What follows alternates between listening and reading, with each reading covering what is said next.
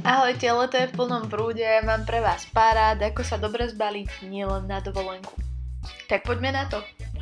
Vedľa kufra si nachystajte všetky veci, ktoré si chcete vziať so sebou. Nezabudnite aj na pár ľahko kombinovateľných kúskov.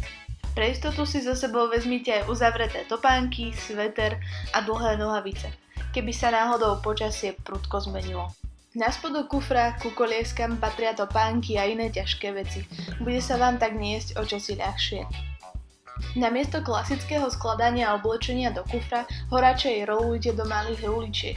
Týmto spôsobom sa vám toho zmestí do batožiny o mnoho viac. Dobre si premyslite, či naozaj potrebujete všetko, čo ste si so sebou zbalili. Využite každé voľné miesto a malú kabelku, ktorú si so sebou beriete, naplňte napríklad kozmetikou. Drobnú elektroniku si zbalte do jednej taštičky, tak budete mať všetko vždy po ruke. A pozor na krehké veci.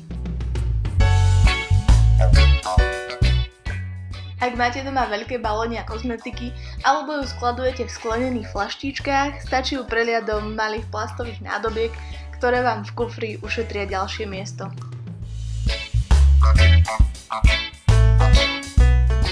Pre lepšiu prehľadnosť flaštičky označte štítkom.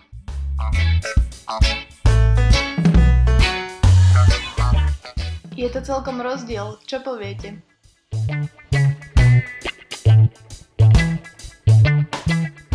Ak cestujete lietadlom, batožinu si okrem vysačky s menom označte aj výraznou mašľou, bude sa vám tak na letisku hľadať o čosi ľahšie.